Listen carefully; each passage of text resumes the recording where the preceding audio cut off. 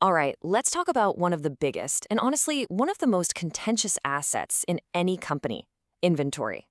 It's the stuff on the shelves, the parts in the warehouse. It's the physical bridge between what a company makes and what you, the customer, buy. But how much of it should a company actually have? Well, that seemingly simple question can spark a total civil war inside an organization. So here's how we're going to tackle this. We'll start with the debate itself, then figure out what exactly we're fighting about.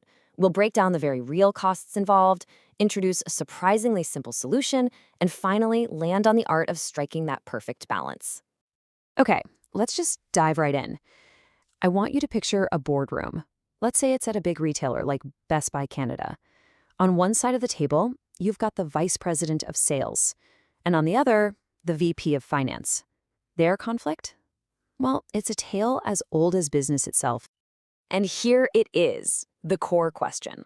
The VP of sales, whose entire job is about making customers happy and making sales, wants to see those shelves absolutely packed. Every product in stock all the time. But the VP of finance? They look at that same packed warehouse and just see millions of dollars of cash, sitting there, literally collecting dust. So who's right? Well, as you might guess, it's not quite that simple. What we've got here are two totally logical but completely opposite goals. The sales team's worst nightmare is telling a customer, sorry, we're out of stock. They want to fulfill every single order right away. But for the finance team, their nightmare is a warehouse overflowing with stuff that might be worthless in 6 months. They want to free up that cash for other things. And here's the kicker. Both of them are doing their jobs perfectly, and that's what creates the tension. So to find some common ground, we first need to agree on what we're even talking about. So let's get a really clear definition of inventory, this thing at the very heart of the battle. The textbook definition says, inventory is a stock of materials used to satisfy customer demand. But a much better way to think about it is like a water tank. The water flowing in is your supply from your manufacturers. The water flowing out is customer demand.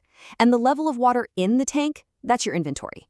It's a buffer, right? It makes sure that even if supplier demand gets a little choppy, you don't run dry. But of course, inventory isn't just one monolithic thing. Let's follow the journey of a donut at, say, Tim Hortons. The flour, the sugar, the coffee beans, those are your raw materials. The dough that's rising or the coffee that's brewing, that's what we call work in process, or WIP. And that beautiful fresh box of Timbits on the counter ready for a customer, that's a finished good. Every one of these stages is a critical type of inventory. So why even bother with all this stuff? Well, it serves some really key functions. It can act as safety stock, that's your buffer against uncertainty, like a sudden snowstorm that makes everyone want coffee. It also lets you take advantage of what's called cycle stock. That's when you buy in bulk to get a better price.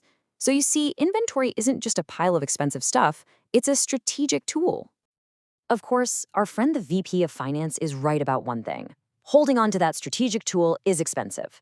I mean, there is no such thing as a free warehouse, and the costs go way beyond just the price you paid for the item. Let's break them down. First up, you've got holding costs, and this is the big one. There's the capital cost, all that money tied up in products that you could have invested somewhere else. There's the rent for the warehouse, the heating, the lights, you've got to insure all that stuff, and then there's the really painful part, the risks. The risk of things getting damaged, stolen, we call that shrinkage, or the risk that your product just goes out of style and becomes worthless. All in, these costs can add up to 15 to 35% of the inventory's value every single year. Next, you've got ordering costs. Every single time you place an order, doesn't matter if it's for one tiny screw or 1,000 TVs, you have to pay a fixed set of expenses. Somebody has to do the paperwork, talk to the supplier, and then check all the goods when they arrive. It all adds up.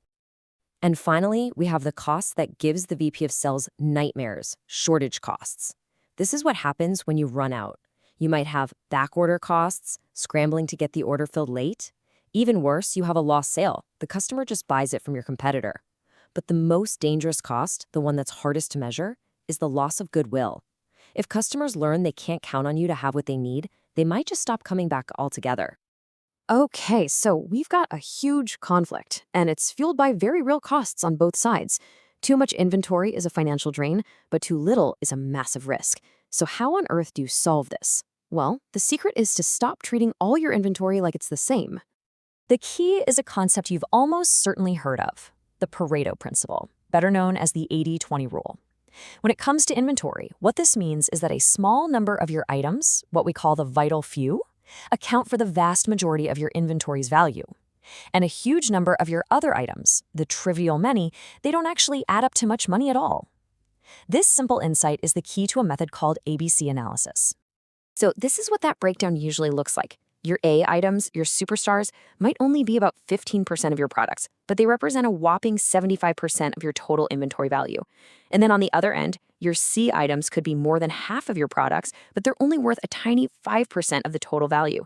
So does it make any sense to manage a cheap box of screws with the same level of intensity as an expensive power drill? Of course not. Let's make this real. Look at this quick example from a hardware store. All you do is calculate the annual dollar volume for each item and then you rank them. And just like that, a pattern emerges. The top 4 items, they're your A class. They are the most valuable.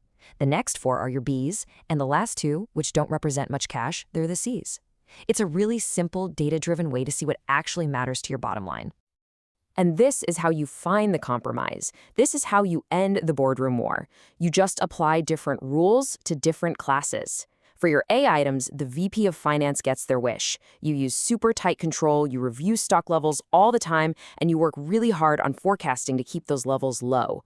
But for the C items, the VP of Sales gets their wish. You use simple controls, you order them in massive quantities, and you just make sure you never, ever run out. Because the cost of holding a ton of cheap screws is way less than the hassle of ordering them every other day.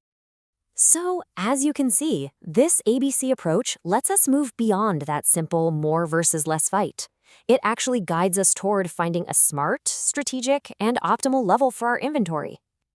This quote right here really just says it all. The goal was never to win the argument. It was never about more or less. The real strategic goal is to find that sweet spot, that optimal level that keeps your customers happy without breaking the bank. It's all about balance. And that's the main takeaway. The best inventory policy isn't some rigid rule that you apply to everything. No, it's a smart, flexible strategy. It's about focusing your time, your money, and your control on the vital few items that really drive your business, and letting the trivial many kind of take care of themselves. So I'll leave you with this question.